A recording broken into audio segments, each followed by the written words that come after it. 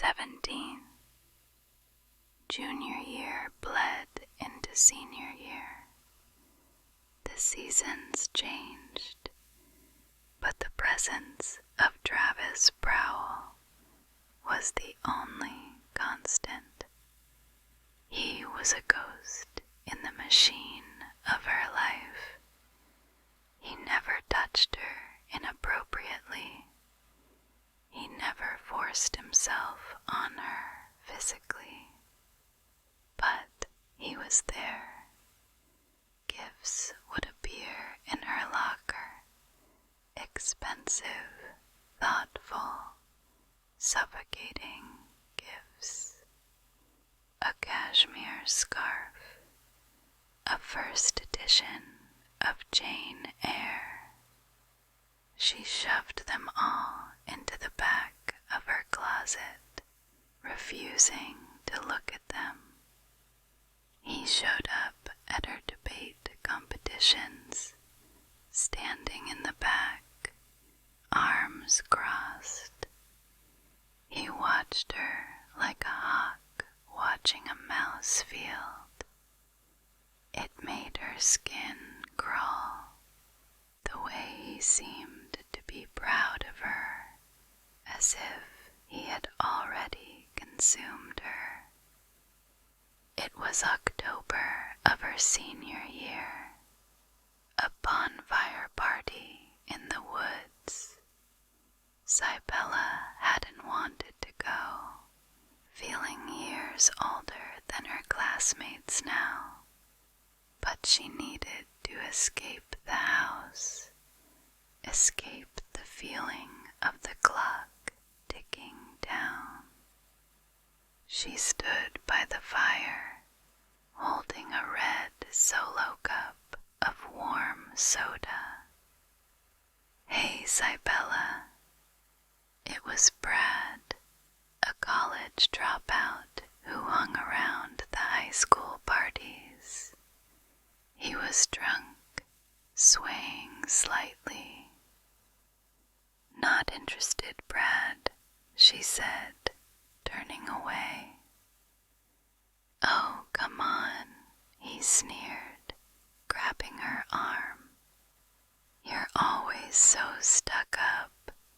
Who are you saving it for? That ghost boyfriend no one ever sees." "Let go of me."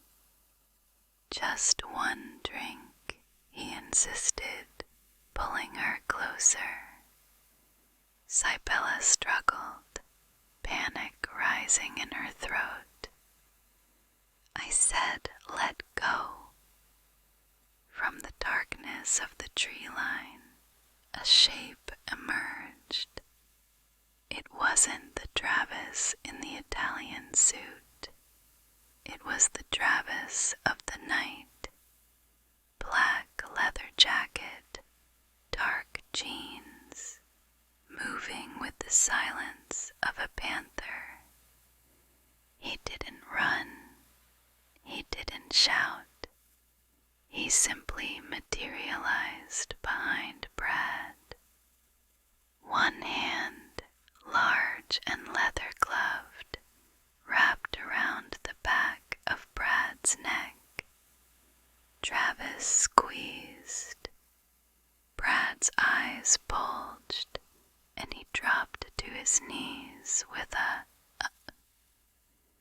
The music died. The party went silent. 50 teenagers watched in horror. Travis didn't look at the boy he was crushing into the dirt.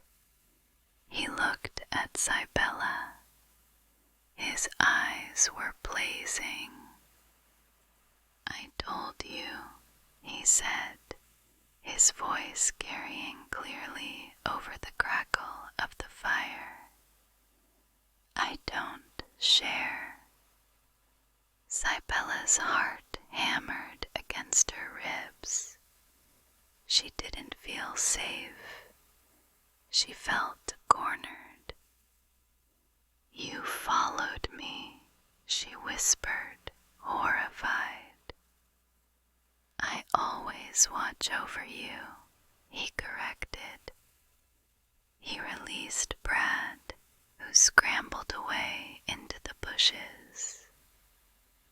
Travis held out his hand, palm up, an invitation, a command. "The party is over, Cybella. Get in the car." She looked around at the faces of her peers, Jess, the cheerleaders, the football players. They looked at her like she was an alien, like she was tainted. They saw the monster standing next to her, and they saw that she belonged to him. Cybella looked at Travis's hand. She didn't want to take it. She wanted to run into the woods and never look back. But she knew he would catch her. He always would. She didn't take his hand. She walked past him, her spine rigid, refusing to let him see her tremble. "Just drive," she whispered as she walked toward the black car waiting in the shadows. She felt the heavy click of the lock sealing her in before she even sat down.